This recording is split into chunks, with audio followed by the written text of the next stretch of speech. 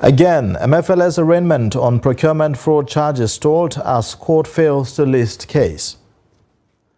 Zamfara residents ask government to guarantee security of lives and property. Fleeing drug dealer evades arrest, crushes NDLEA operative in Lagos. On the foreign scene, tropical storm Franklin makes landfall, brings heavy rain to Dominican Republic and Haiti. These are the headlines on Trust TV News Update. I am Ayuba Ilya. Thanks for joining.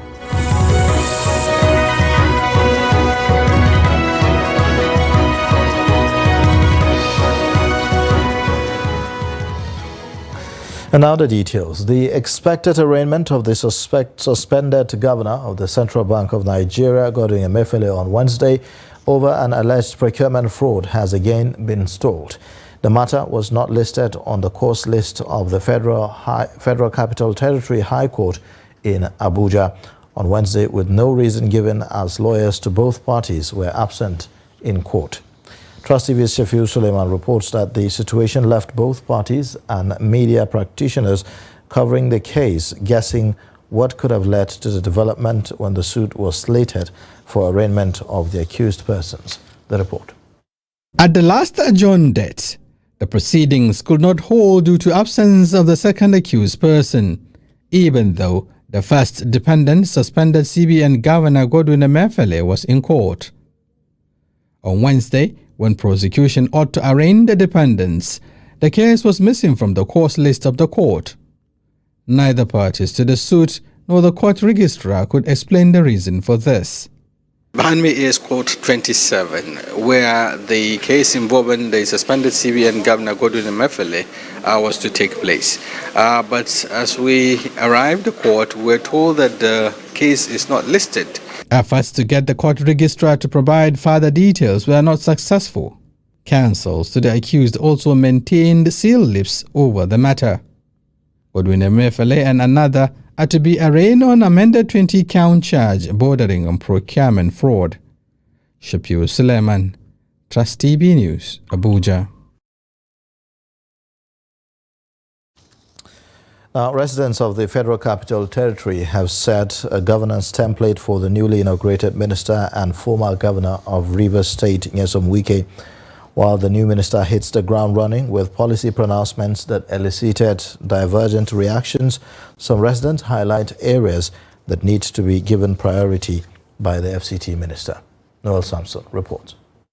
The immediate past governor of Rivers State, Nyesom Wike, was appointed minister of the FCT by President Bola Tinubu. His appointment did not come as a surprise to many owing to his performance in Rivers State. Nyesom Wike was quick to make his intention to restore the master plan of the capital city, even if it means stepping on toes of passive people in high places. This threat generated reactions amongst the residents, who did not also hide their expectations on the new FCT administration. Wike is a man that he has a lot of energy. He's focused. Yes, he might be brash and, may not come off as a smooth talking person, but definitely he's a very effective person. He's a goal-getter. So that alone, FCT does not need a smooth talker. FCT needs somebody who is ready to do the job. The city has really degraded, since after the tenure of Obasanjo, El-Rufai. Looking at what he has done in Rivers State, though I have not been there, but the informations around shows that he's a developer, and I believe he'll do the same in FCT here. What he's saying is right, because there are a lot of buildings, a lot of lands and properties that are abandoned by people because they think it's something that the federal government has allocated to them, and they think they will not do justice to what they've given them. But as a matter of, he won't just take justice into his hands. I don't know. He has to take it very, very slightly, because these things are something that you need to go through the books. You understand? His nickname is Infrastructure Man, so I'm sure. Yeah, you can't compare FCT with Rivers as a state. Yeah, the revenue here and the allocations here might not be, it will not even be up to what he was getting as governor of Rivers, and the projects he was doing there, you cannot expect him to do them here. But I am sure we'll get the best from him. They are ever hopeful that the new minister will turn around the capital and give it its desired facelift. Abuja is Nigeria's capital. They say it's grappling with growing population that requires infrastructural expansion, enhanced water supply, sound educational institutions, and robust modern transport system. Noel Samson, Trust TV News, Abuja. Residents of Zamfara State say that the state needs urgent security intervention to guarantee the safety of lives and property and not palliatives. This, they say, will enable them return to their farmlands to feed themselves and others. The report. Rather than provide palliative, the respondents say the federal government should come up with workable strategies to combat the armed bandits preventing them from accessing their farms, thereby creating untold economic hardship to people in the state. Zamfara is a serious humanitarian crisis that's up to Zamfara. Serious humanitarian crisis where many people have lost everything. Majority, I can say majority, because only people within the town, maybe the 14 local government headquarters, that would say that they are relatively safe.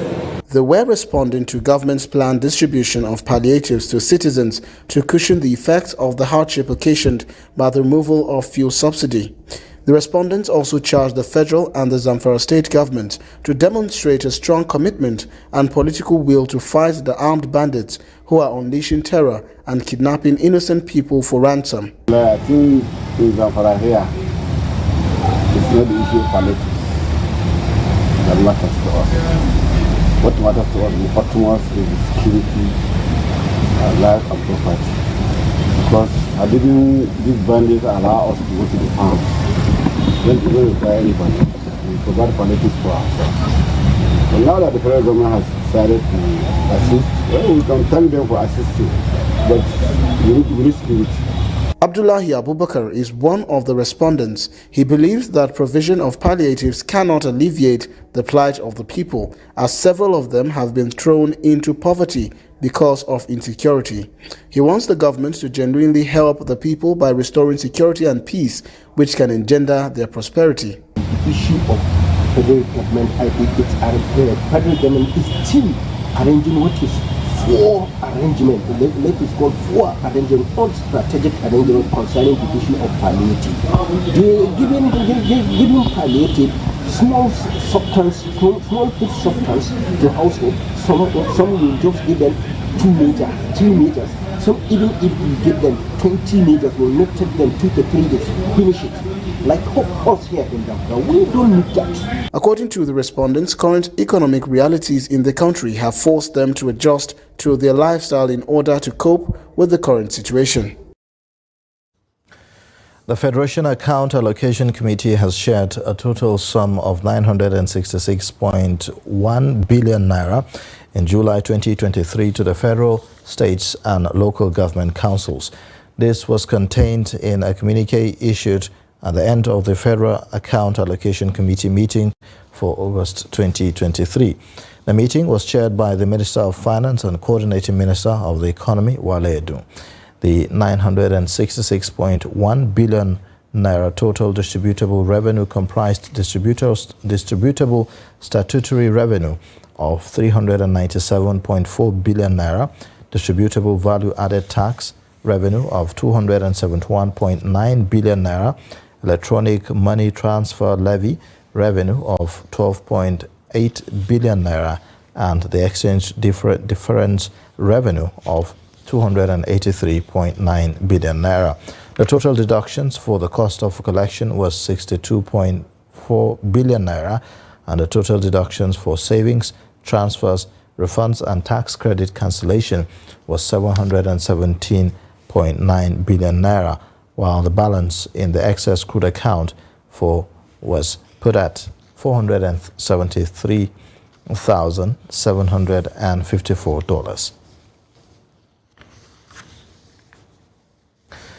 The Niger Delta Development Commission has said it will make provisions for flood control measures in its 2024 budget following its impact on the region and NIMET's predictions. The agency also proposed a provision of IDP camps in all the local government areas within the region to reduce the impact of flood disaster. In a communique issued on Wednesday in Uyo after a two-day Partners for Sustainable Development budget conference, the body said that it will balance political demands and service to the people by executing people-centric projects. The NDDC suggested a town hall meeting where all ethnic nationalities of the region will gather to discuss and receive inputs from the people directly before the budget session is convoked. It further submitted that the payment timeline for contractors should not exceed 45 days, while allowing for 15 days buffer, after which penalties will accrue for non-payment of contractors. National Drug Law Enforcement Agency NDLEA has launched a manhunt for a Lagos-based suspected drug dealer, Shoumi Ayodeji Kayode, who is reportedly on the run after crashing one of its officers. Spokesman of the NDLEA, Femi Babafemi, in a statement said that the incident happened when the suspect was trying to escape arrest after operatives stormed his house last weekend. Babafemi explained that the suspect knocked down one of its officers when he engaged his car in reverse gear on sighting the officials in his house. The statement said that the operative suffered multiple injuries and is currently receiving treatment. NDLEA further revealed that a thorough search of his apartment led to the recovery of 10.5 kg of loud. The Kano State government has said that it needs 6 million doses of vaccine to combat the outbreak of the deadly diphtheria disease battling the state and other parts of the country. The state governor, Abba Kabir, disclosed this while receiving representatives of the Bill and Melinda Gates Foundation at the government house. Represented by the deputy governor of the state, the governor stressed the state's determination to improve health care across the state. He reaffirmed his dedication to strengthening the 11-year partnership between the Kano State government and the Bill and Melinda Gates Foundation. The House of Representatives ad hoc committee investigating the face-off between the Super Falcons and officials of Nigeria Football Federation over non-payment of allowance and entitlements has summoned the NFF president, Ibrahim Gusau, to appear before it on Thursday, August 23, 2023. Chairperson of the committee, Blessing Onu, gave the directive at its sitting on Wednesday after the appearance of the NFF Secretary General, Dr. Mohammed Sanusi, who said that the NFF president could not attend the investigative hearing because of his ill health. There are, however, speculations that an instruction was purportedly given by Adams to the NFF president to shun the invitation by the chairman of the ad hoc committee investigating the face-off.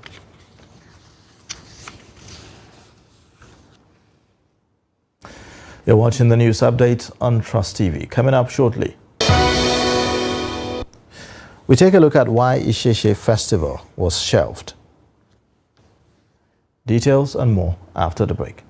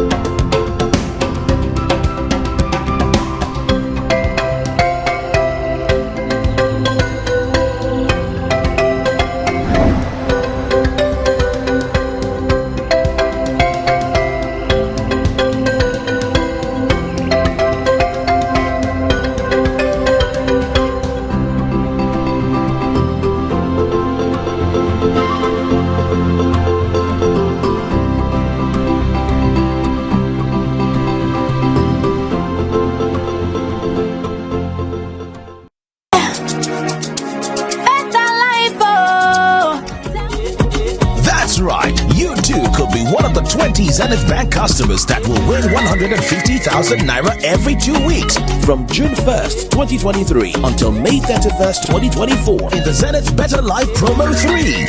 To qualify, simply open a Zenith Bank account. For more information, visit www.zenithbank.com/betterlife. Live the better life with Zenith Bank.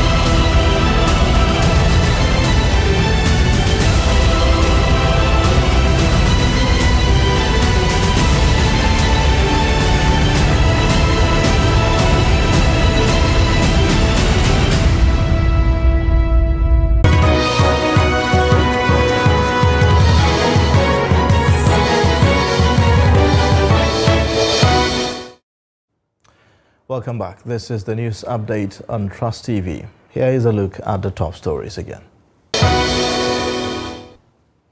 Again, Emefiele's arraignment on procurement fraud charges stalled as court fails to list case. Zamfara residents ask governments to guarantee security of lives and property. In other news, the National Youth Service Corps, NYSC, has reopened its orientation camp in Borno State after 12 years of insurgency. Governor Umara Zulum, during the declaration opening of Batch B Stream 2 in Maiduguri, said that the resumption of activities in the NYSC camp signifies return of peace in the northeast region. Zulum promised to engage the Corps members, especially medical doctors and other frontline health workers, to contribute in critical areas of need in the state. The NYSC State Coordinator, Commander Mohammed Adamu Jiva, said 1,125 Corps members have been deployed to serve in Borno State. It gladdens my heart to know that the entire security architecture of Borno State had witnessed tremendous progress under my watch. This is the more reason why people have returned to their ancestral homes and going about their businesses without any risk to life and property. Our synergy with the Nigerian military, paramilitary and voluntary security organizations remain very productive and action-oriented. As you make signature to commence the National Youth Service journey through Borno State, I assure you that you will all have good testimonies to make at the end of this year, inshallah.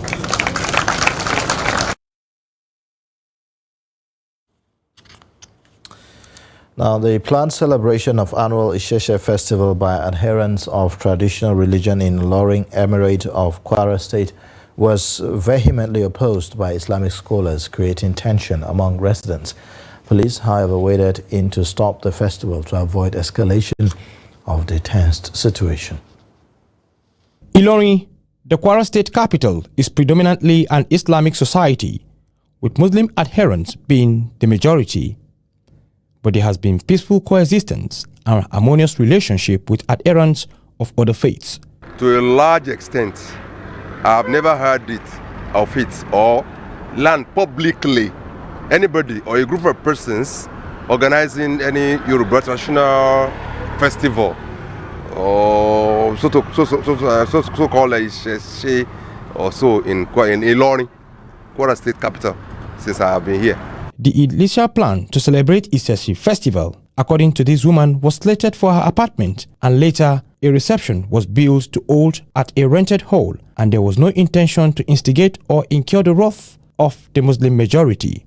At Okeadini community in Sango area, where she resides, she says she has been living harmoniously with the neighbors for years. At least I've been here for five years. So all those things, big bawo, is in my house. It's not as if I am taking, maybe I want to now carry pots and go outside and say, oh yeah, come and help me to worship this thing. No.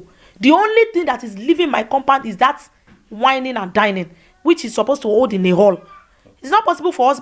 I keep on saying it every time, that it is not possible for me to carry idol in this Muslim community. How many of my kind is here that I will now be doing it? That means I am looking for trouble. Few weeks after conceiving the idea of organizing the event for peace to reign, the International Council of Ifa Religion went to town with notification to its members to organize annual Isesi with Ilorin as the host. This prompted the Council of Ulamas and Imams across the 16 local government areas and called the attention of the world to what they termed as likely consequences and deliberate act by Ifa worshippers to cause mayhem in Ilorin, the state capital.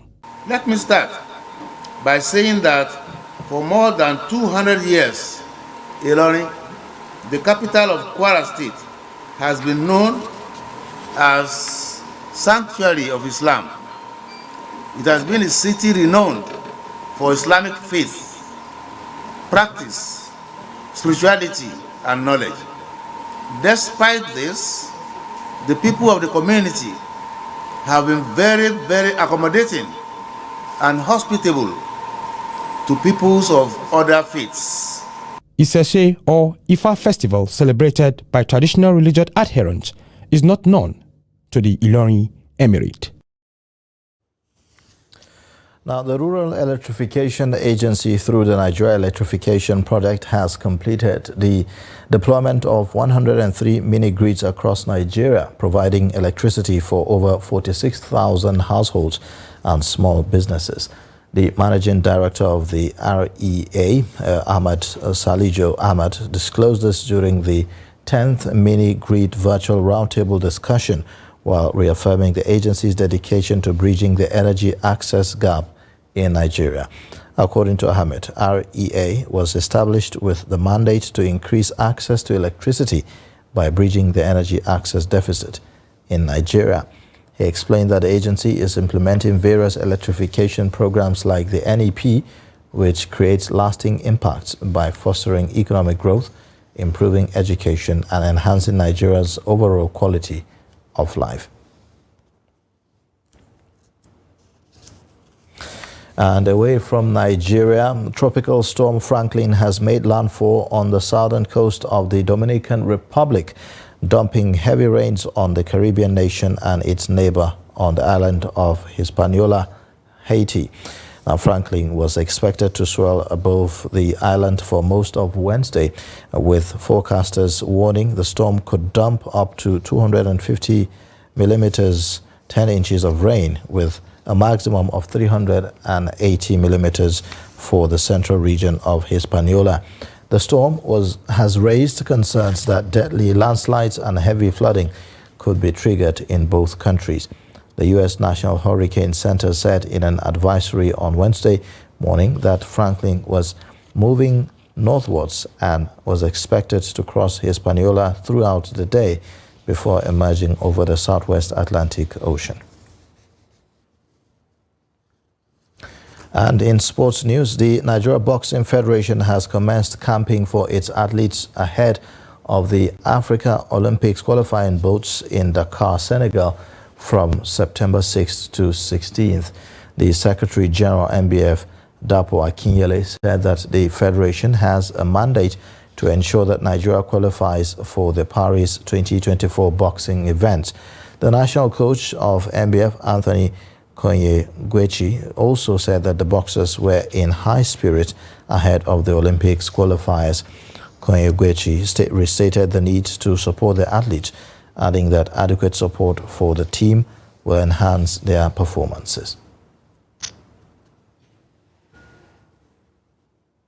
And that wraps it up for the news update. You can watch more via all our social media platforms and also on our YouTube live stream. I am Ayuba Ilya. Thanks for watching. Bye for now.